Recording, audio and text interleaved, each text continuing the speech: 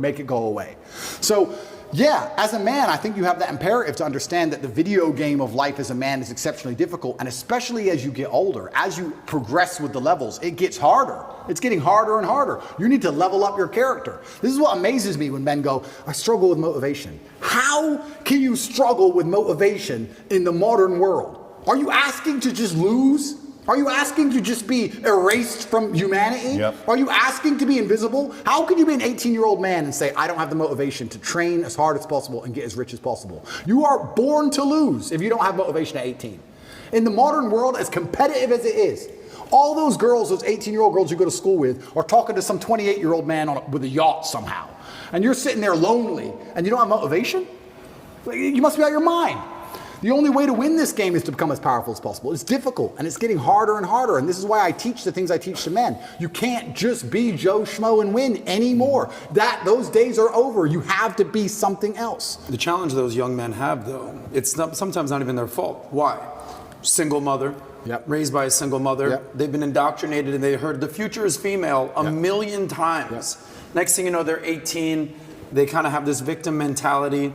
It's almost not even their fault some of these times. Oh, completely. We're all in our late 30s, early 40s. We've grown up. I played football in school. He's an athlete, bodybuilder. Obviously, you're a kickboxing champion. We've had coaches. We've had people kick our ass. We didn't grow up with participation trophies. We've had our asses kicked. We've gone through shit. Now we are the shit. A lot of these young guys playing video games, addicted to porn. They grow up with a phone in their hand, raised by women. They weren't raised how we were raised. How do you teach those kids, though? Well, that's exactly what they don't want me doing. That's why they're trying to put me in jail.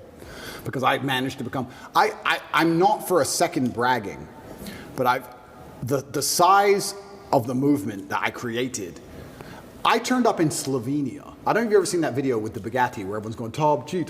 That's the capital of Slovenia. I can't even pronounce it. Ljubljana or something. I've never been there before. Slovenia, where even is it? Like, I can barely find it on a map. I know roughly where it is. If you want a guaranteed way to get in touch with me, maybe you have a business idea, maybe you want some fashion tips, maybe you just want to connect, you could find me on Minect. This is what I was saying earlier on about how complicated masculinity is, but I broke it down to those 3 basic tenets because even a teenage boy can understand if you get enough money and enough power and enough powerful friends and enough sexual access that you're going to be able to build yourself to a man of, I can cry now. I've qualified to cry. When you're an 18-year-old boy, you shouldn't be crying. You should be focused and you should be an animal and you should be training, you should be working hard, and you should be listening, you should be going to coaching. I'm now at a level where I'm allowed to cry. I understand all the different elements of being a man. I understand the tapestry of masculinity fully. I can cry if I decide to. I've qualified for that. But before you get to that point, you have to go through all the hard shit. And the hard shit I've broken down to the 3 basics. And I think that's why they're coming to attack me so heavily.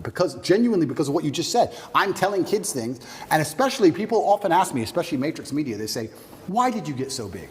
Because I'm telling the truth. I'm telling the truth, which every man knows is intrinsically true in his heart, because God has instilled him with a basic degree of morality of right and wrong. I'm saying things to a 17-year-old boy, and he's going, he makes sense.